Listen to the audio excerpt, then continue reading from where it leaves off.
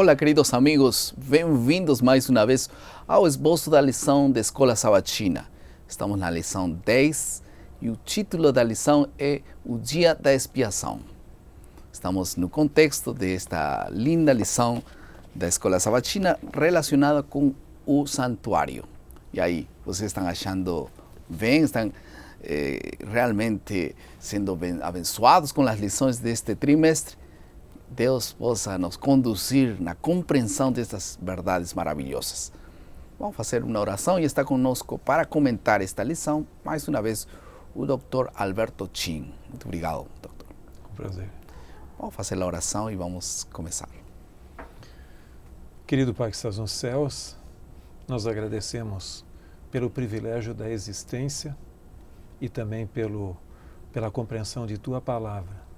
Agradecemos por essas verdades maravilhosas que Tu deixaste para nós e nesse momento pedimos que Tu possas nos ajudar a compreendê-las cada vez mais para termos um melhor e mais perfeito relacionamento contigo em nome de Jesus. Amém. Amém.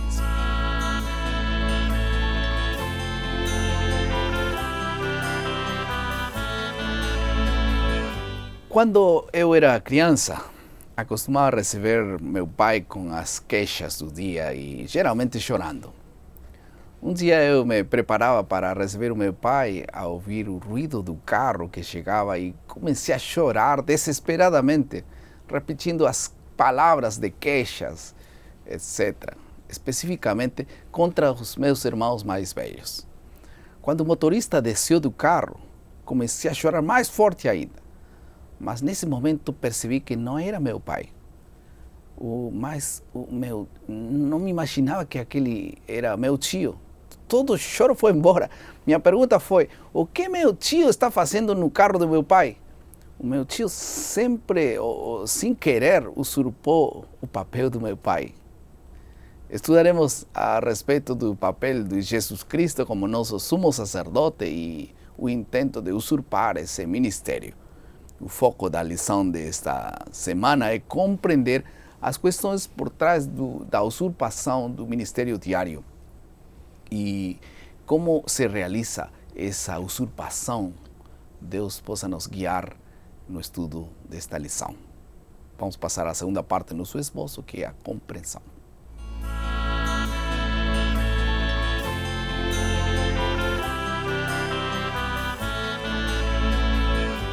Vamos começar já a lição desta semana fazendo uma pergunta muito assim difícil, mas vamos ver como o Senhor vai sair dessa. A Bíblia tem uma resposta, sem dúvida alguma. O céu é um lugar santo, perfeito. Concordamos com isso. E o santuário celestial também. Mas então, por que precisa ser purificado? Essa é uma boa pergunta que merece uma boa resposta. E eu creio que a Bíblia deixa bem claro isso. Nós temos uma noção de que o céu não pode ter nada que contamine. E realmente nós não queremos que a contaminação do santuário celestial seja algo físico ou algo que faça com que o próprio céu seja um lugar com presença do pecado. Mas no processo de perdão e purificação do pecado, o santuário celestial é, nesse processo, tido como necessitando de purificação. Alguém poderia dizer, mas isso é uma invenção humana? Não, vamos abrir juntos a Bíblia, que fala desse assunto em Hebreus capítulo 9 e o verso 22 e 23. O verso 22 talvez seja até mais conhecido, aqui diz o seguinte: com efeito, quase todas as coisas segundo a lei se purificam com sangue, e sem derramamento de sangue não há remissão. Ora, portanto, as figuras das coisas que se acham nos céus se purificam com tais sacrifícios, mas as próprias coisas celestes com sacrifícios a eles superiores, ou seja, o sacrifício de Cristo.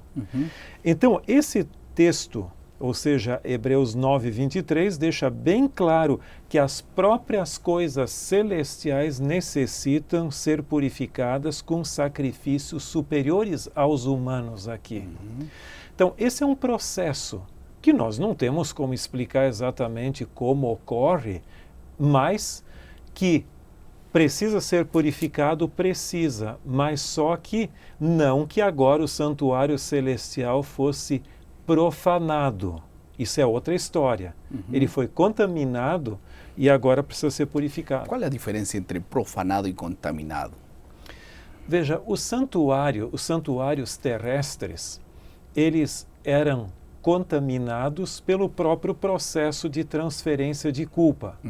O pecador vinha, ele era perdoado e a sua culpa, o seu pecado era transferido figurativamente para o santuário e depois ele precisaria ser purificado, mas a profanação vinha pela apostasia do povo.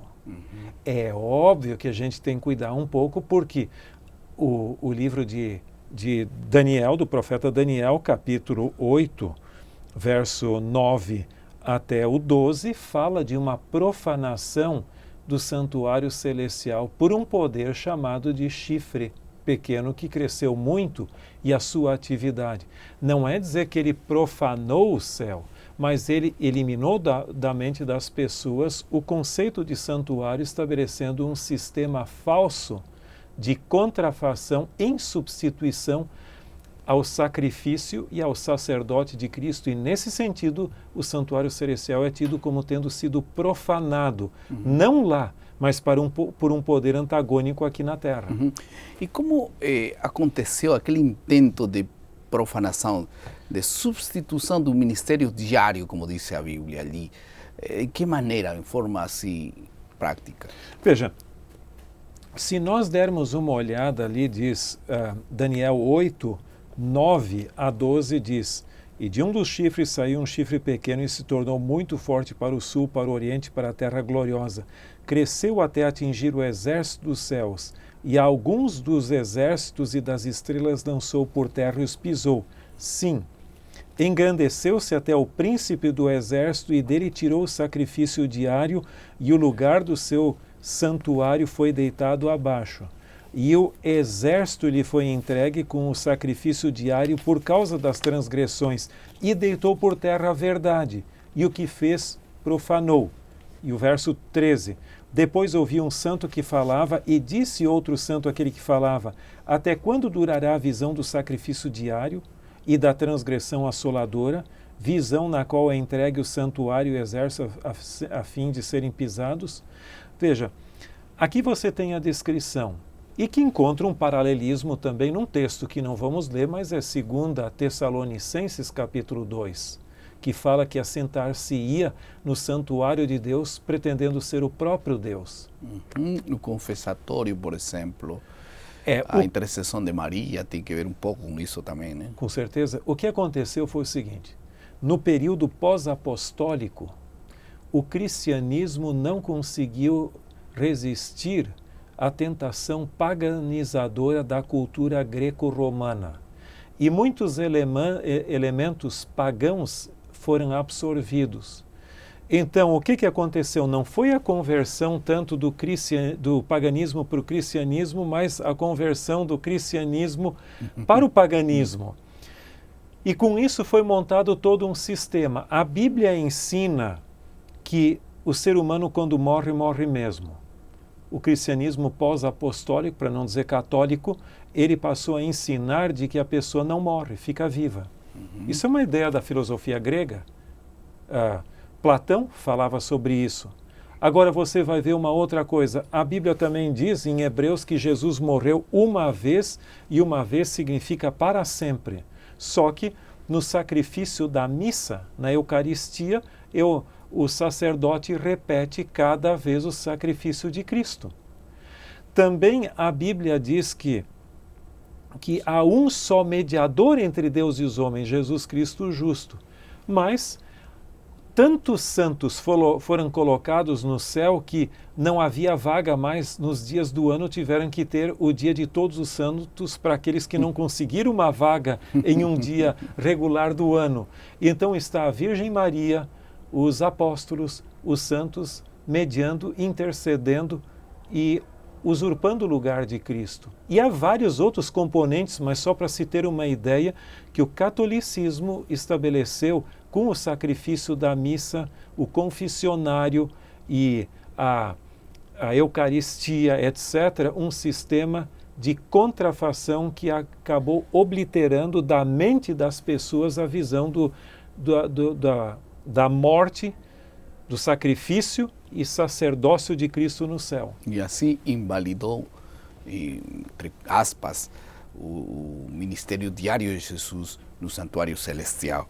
Agora, em relação ao significado da restauração, Deus restaura as verdades, mas o que significa restaurar essa expressão que está ali no livro de Daniel? Veja, é interessante, eu não quero complicar a coisa, mas em Daniel capítulo 8, verso 14, o verso 13 faz a pergunta: até quando vai continuar a atuação dessa falsificação, dessa abominação desoladora? E o verso 14 responde: até 2.300 tardes e manhãs e o santuário será... Purificado. E aí vem o termo original, que significa não só purificar, ele significa três coisas. Significa restaurar na mente das pessoas. Logicamente, porque foi tirado o cristianismo acabou deixando de lado a doutrina do santuário. Então, restaurar, vindicar ou justificar e, em terceiro lugar, purificar, que era o que acontecia no dia da expiação.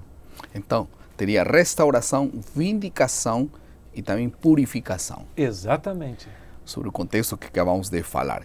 E falando do dia da expiação, como era o dia da expiação? E que, para terminar este estudo, tem um contexto da purificação, o dia da expiação, que significava mesmo? Esse era um dia de exame solene, era tido como um dia de juízo, onde os casos seriam decididos, em outras palavras, a purificação do próprio santuário, e que é mencionado em Levíticos capítulo 16, o termo para purificar. Só que esse termo aqui é diferente porque ele é mais abrangente, o usado em Daniel 8,14. Mas, de qualquer maneira, havia todo um processo. O serviço diário, ou seja, o sacrifício da manhã e da tarde, continuavam. E então ele era acrescido desse cerimonial especial com os 2 bodes, um para o Senhor e outro para Azazel, um representando a Cristo e outro representando a Satanás. E ali então todo o serviço anual encontrava o seu clímax. Nós cremos, e eu acho que há base mais do que clara para isso, de que isso se cumpriu, esse dia escatológico da expiação começou em 1844, com a restauração da verdade do santuário, sua vindicação e purificação, com o juízo investigativo, com esse processo, e que, obviamente, depois vai encontrar no milênio a função do bode emissário, ou Azazel, que vai para o deserto desse mundo sem provar a morte. Então, todo esse sistema do santuário ou do dia da expiação do Antigo Testamento era uma figura para ilustrar como a história humana da salvação culmina com a final erradicação do pecado e a restauração do mundo à sua perfeição original. Perfeito.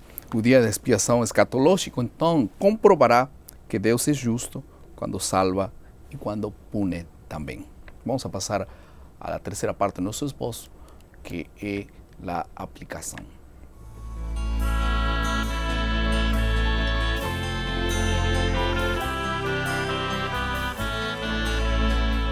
Como podemos aplicar a lição desta semana à nossa realidade hoje, em meio de todo esse panorama?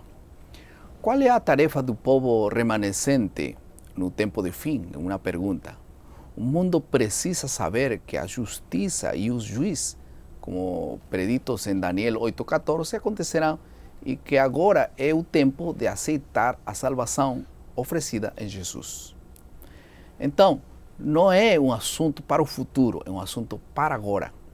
A igreja foi chamada para proclamar uma mensagem de advertência Isso é igreja. Se você quer igreja, não é uma figura de advertência, de anúncio, de boas novas, de salvação. Quem vai ser? Deus chamou um povo para isso. Que Deus possa usar sua igreja, sua vida, para fazer exatamente o que Deus queria anunciar para o mundo todo. Vamos passar a última parte de nossa lição, que é a criatividade.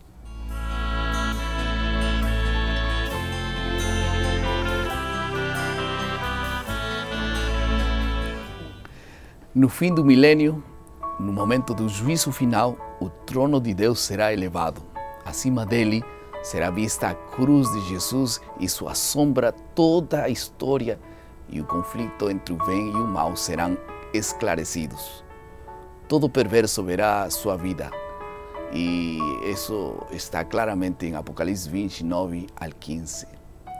Ellen White descreveu a cena com eloquência quando diz: por sobre o trono se revela a cruz e semelhante a uma vista panorâmica aparecem as cenas da tentação e queda de Adão e os passos sucessivos no grande plano da redenção. Isto está no Grande Conflito, página 666. Todo será revelado, todo terminará, todo finalmente terá um dia de encontro com Deus. E então, a pergunta é, qual é nossa posição naquele grande conflito? Posicionar-nos perante a verdade ou a falsidade? O original ou a falsificação? Nós temos opção, nós temos raciocínio, temos coração. Deus colocou em nós a capacidade de escolher a verdade ou o erro. Ninguém perecerá por falta de luz. Se nós queremos estar na luz, a caminhar na luz, precisamos então nos deixar guiar por Deus. A palavra de Deus é vida, é verdade e nos conduz também à grande verdade que é Jesus. Por que não decidimos claramente ler a Bíblia com mais cuidado, com mais carinho? Vamos tomar uma decisão agora. Vamos ler a Bíblia todos os dias. O que lhes parece? Essa é nossa decisão nesta ocasião. Vamos orar. Querido Pai, muito obrigado por tua palavra. Muito obrigado pela mensagem de salvação. Por favor, ajuda-nos a ler tua palavra todos os dias. No nome de Jesus. Amém.